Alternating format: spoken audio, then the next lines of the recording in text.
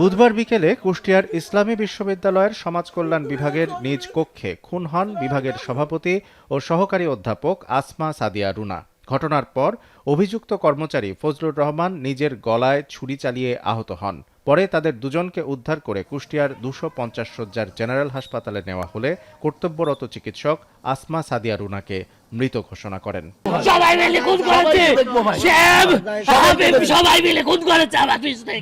প্রাথমিকভাবে এই হত্যাকাণ্ডের জন্য শুধু কর্মচারী ফজলুর রহমানকে অভিযুক্ত করা হলেও নিহত রুনার স্বামীর দায়ের করা অভিযোগপত্রে উঠে এসেছে আরও 3 জনের নাম। তারা হলেন একই বিভাগের সাবেক সহকারী রেজিস্ট্রার বিশ্বজিৎ কুমার বিশ্বাস এবং সহকারী অধ্যাপক শ্যামসুন্দর সরকার ও হাবিবুর রহমান।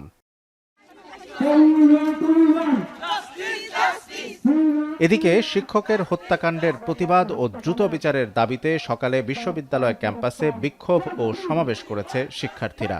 রাগের বশবর্তী হয়ে, ক্রোধের বশবর্তী হয়ে একটা নির্মম নৃশংস হত্যাকাণ্ড, মানে এইরকম কি একটা মানুষের সাথে করতে পারে, এটা আমাদের কোনো ছিল না।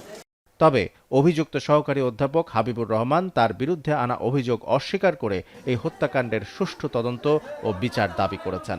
নৃশংসভাবে হত্যাকাণ্ড করেছে সে, এটা ভিডিওতে আমরা দেখেছি। ওই সময় আমরা উপস্থিত ছিলাম না, ইফতার পার্টি ছিল গতকালকে আমাদের বিভাগে। তদন্ত করে প্রকাশ্যে বিচার আমাদের দরকার এবং একইভাবে যাতে নিরাপত্তাহীনতা এই ক্যাম্পাসে আর না থাকে, প্রত্যেকটা বিভাগে এই নিরাপত্তাহীনতা থেকে আমরা এই চাই।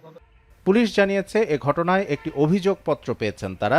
হত্যাকাণ্ডের প্রকৃত কারণ উদ্ঘাটনে সিআইডি ও পিবিআই সহ একাধিক তদন্ত দল কাজ শুরু করেছে।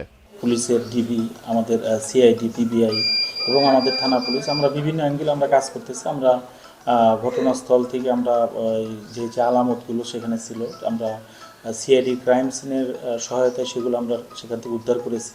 এই ঘটনার সাথে আরও কেউ সম্পৃক্ত আছে কিনা সেগুলো আমরা ইনভেস্টিগেশন করতেছি। এদিকে বৃহস্পতিবার দুপুর 2টায় কুষ্টিয়া কেন্দ্রীয় ঈদগাহ ময়দানে জানাজা শেষে পৌর কবরস্থানে আসমা সাদিয়া রুনার দাফন সম্পন্ন করা হয়। এখন কুষ্টিয়া। শিয়া বাটার ও ভিটামিন ই সমৃদ্ধ লিলি বিউটি সোপ, তারুণ্যময় উজ্জ্বল ত্বকের জন্য।